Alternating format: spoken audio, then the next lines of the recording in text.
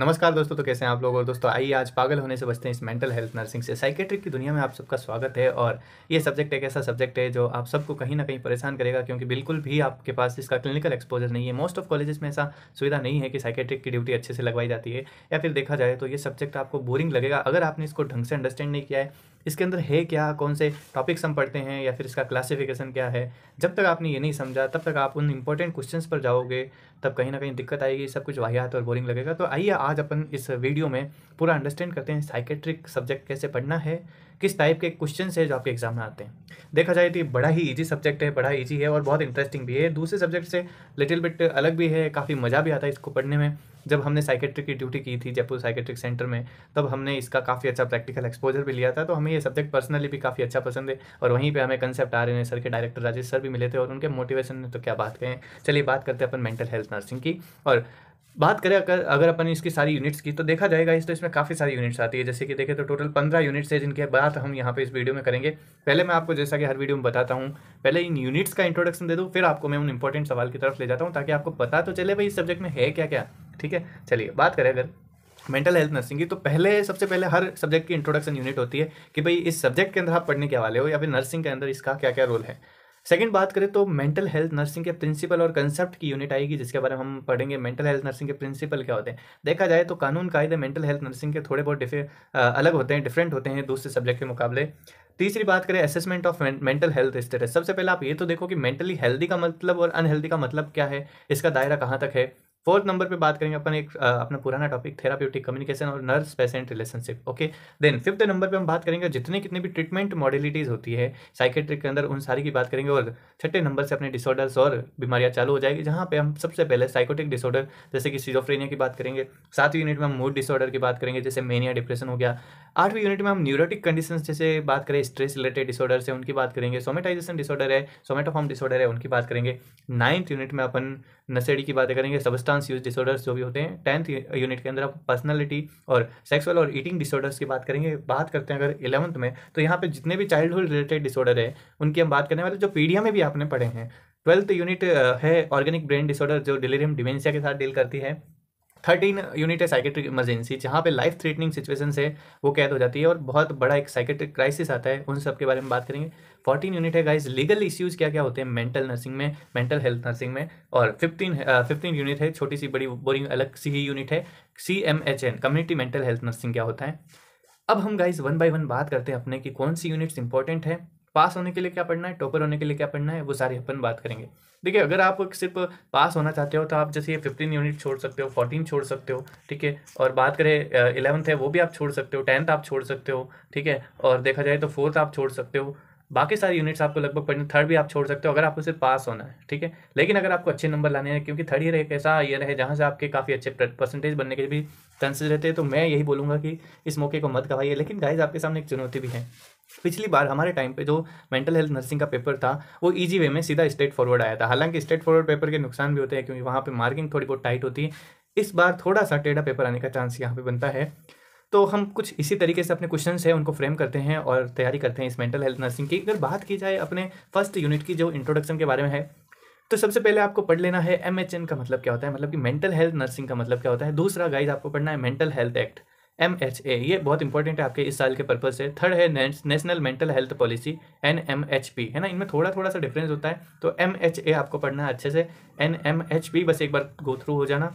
अगला है for mental health team, यानी देखा जाए एक साइकेट्रिक सेंटर में कौन कौन से हेल्थ वर्कर है वो होते हैं, वो आपको सब पढ़ने हैं। आगे है गाइस कि क्या क्या स्कोप होते हैं मेंटल हेल्थ नर्सिंग के, आप कहाँ कहाँ पे इसको स्टडी कर सकते हो या फिर किस फील्ड में आप जा सकते हो। 6th यूनिट 6 क्वेश्चंस की बात करें तो वो है रोल और function of psychiatric nurse, psychiatric nurse क्या क्या काम करती है। और यहाँ पर अगर देखा जाए तो first question, second question, fourth question, fifth question और सिक्स्थ भी अपने आप में एक इंपॉर्टेंट सवाल है। इन सबको आपको अच्छे से पढ़ना है। और पहली यूनिट से देखिए कई बार हर जगह काम आने वाले सवाल होते हैं, इसलिए पहली यूनिट में आपको फोकस करने के लिए बोलता हूँ, क्योंकि पहली यूनिट आपका बेस है, पूरे सब्जेक्ट का बेस है। पहली यूनिट अच्छी होगी, सबसे पहले आप कोई सब्जेक्ट पढ़ो, पहले पहली यूनिट पढ़ के समझो कि भाई ये सब्जेक्ट किन किन चीज़ों के साथ डील करने वाला है। जब आप वो चीज़ समझ जाओगे तब आगे सब्जेक्ट आपके लिए इजी हो जाएगा। आगे बात करें सेकंड यूनिट जिसमें हम प्रिंसिपल और कंसेप्ट की बात करते हैं, तो पहला सवाल यहाँ पे ICD-10 क्लासिफिकेशन है और this is very very very very important, आपके आगे कॉम्पिटिटिव पर्पज से भी इंपॉर्टेंट है, वाइवा पर्पज से भी इंपॉर्टेंट है और ICD-10 आपके 4 नंबर में भी पूछा जाता है।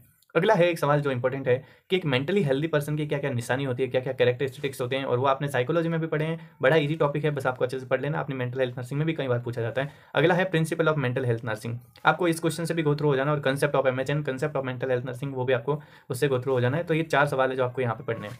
आगे बात करते हैं असेसमेंट। देखिए गाइस, ये 3rd यूनिट मैंने आपको बोला था ज़्यादा इंपॉर्टेंट नहीं है, बस यहाँ से एक क्वेश्चन है जो आपके वाइवा में कई बार पूछा जाता है। MMSE क्या होता है, मिनी मेंटल हेल्थ एग्जामिनेशन या मिनी मेंटल स्टेटस एग्जामिनेशन क्या होता है, और MSE। देखिए, आपने फाइल बनाई है साइकेट्री की, तब आपने मेंटल स्टेटस एग्जामिनेशन के जो रिकॉर्ड्स है वो जरूर बनाए होंगे। लोगों का मेंटल स्टेटस एग्जामिनेशन क्या होगा, हमने तो बहुत किए, बहुत रियल पेशेंट के किए, सिजोफ्रेनिया के, मेनिया के, डिप्रेशन के, न्यूरोटिक स्ट्रेस रिलेटेड OCD, अलग अलग टाइप के पेशेंट थे, उन सब के हमने MSE बनाए हैं। तो काफ़ी अच्छा भी लगता है हमें, और समझ में भी आता है कि सब्जेक्ट है वो किन चीज़ के साथ डील कर रहा है ना।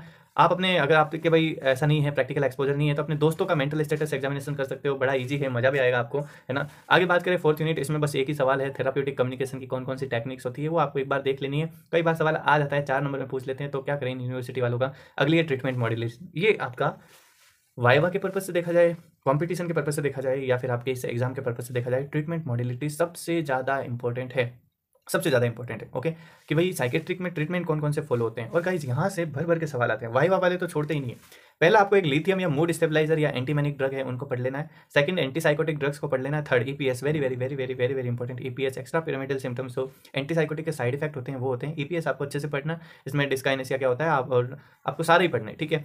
फोर्थ है साइकोफार्मेकोलॉजी, मतलब कि एक ओवरऑल सवाल भी आता है कि भाई साइकोफार्मेकोलॉजी है क्या, या फिर इसमें कौन कौन सी ड्रग्स आती है, तो वो आपको एक क्लासिफिकेशन है वो याद रखना है, उसका फ्लो चार्ट याद रखना है, ताकि अगर बड़ा सवाल आ गया, मान लीजिए भाई 12 नंबर का सवाल आ गया, तो वो पूरा ही आएगा साइकोफार्मेकोलॉजी। अच्छा, अगला देखते हैं। अगला 5th है एंटी डिप्रेसेंट, कौन सी ड्रग्स होती है, इनका आपको पढ़ लेना है, जैसे SSRI वगैरह है, TCA है, वो सारी पढ़ लेनी। ओके, अगली बात करें थेरेपी की, या थेरेपी की बात करें तो यहाँ पे आपको सबसे पहले सारी थेरेपियों के नाम याद होने चाहिए कि कितनी लिस्ट में अपने पास थेरेपीज अवेलेबल है, ठीक है। क्योंकि आप कहीं ना कहीं भाई नर्सिंग मैनेजमेंट लिखोगे, मेडिकल मैनेजमेंट लिखोगे, या साइकेट्रिक मैनेजमेंट लिखोगे, तब वहाँ पे आपको थेरेपी जरूर लिखनी पड़ेगी। और आप कुछ ना कुछ, मुझे पता है, इंडिविजुअल थेरेपी या ग्रुप थेरेपी, बिहेवियर थेरेपी चिपका के आओगे, हाँ कर लेते हैं, कई बार ऐसा हो जाता है और सवाल करेक्ट भी हो जाता है। आगे बात करते हैं अपन, बिहेवियर थेरेपी आपको अच्छे से पढ़नी है।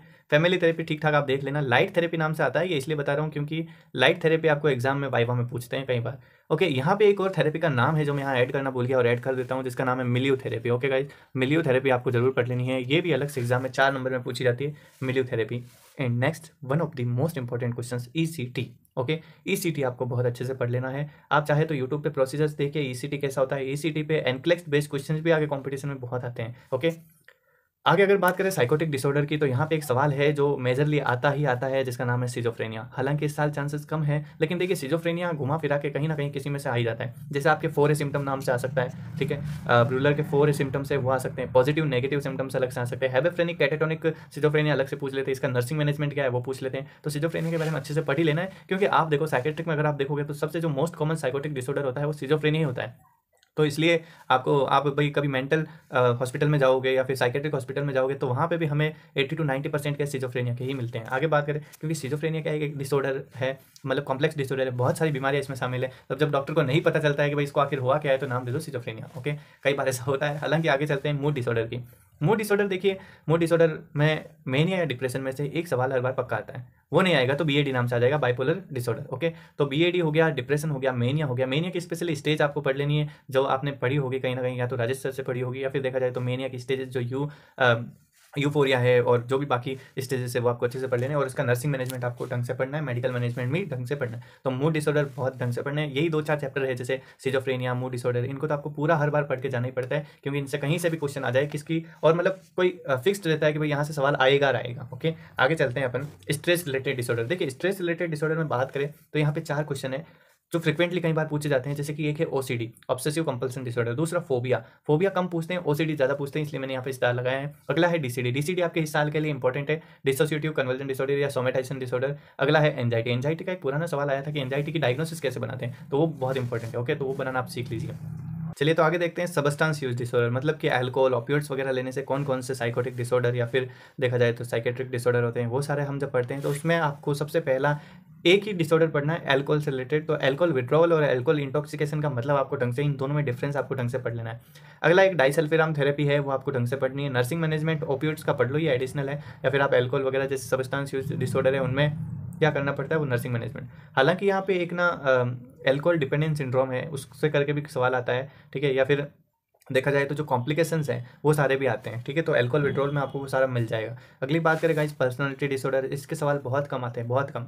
इसमें भी अगर देखा जाए तो बस आपको क्लासिफिकेशन देख लेना है कि पर्सनालिटी डिसऑर्डर कितने टाइप के होते हैं, इनका क्लासिफिकेशन क्या है। और अगर आप ज़्यादा ही थोड़े इंटेलिजेंट बनना चाहते हो और अच्छा एक्स्ट्राऑर्डिनरी करना चाहते हो तो उन डिसऑर्डर्स का मतलब समझ लेना कि होता क्या है, ठीक है। उसमें जैसे कि भाई कई बार वाइवा में एक नार्सिसिस्टिक पर्सनालिटी क्या होती है वो पूछ लेते हैं, या फिर पर्टिकुलर किसी पर्सनालिटी के नाम से भी पूछ लेते हैं। हालांकि इतना ज़्यादा बहुत कम है, ये कंपटीशन के पर्पज से ज़्यादा इंपॉर्टेंट है, तो वहाँ पे आपको फिर उसके पर्पज से पढ़ रहे हो तो फिर पर्सनालिटी डिसऑर्डर ढंग से ही पढ़ना है। बाकी अपने यूनिवर्सिटी एग्जाम में इतना कुछ नहीं पूछते हैं। अगली बात करते हैं ईटिंग डिसऑर्डर की, वेरी वेरी इंपॉर्टेंट। बुलिमिया नर्वसा और एनोरेक्सिया नर्वसा, इन दोनों में डिफरेंस करके आप अच्छे से पढ़िए, बड़ा ही इजीली आपको याद हो जाएगा और बहुत इंपॉर्टेंट भी है।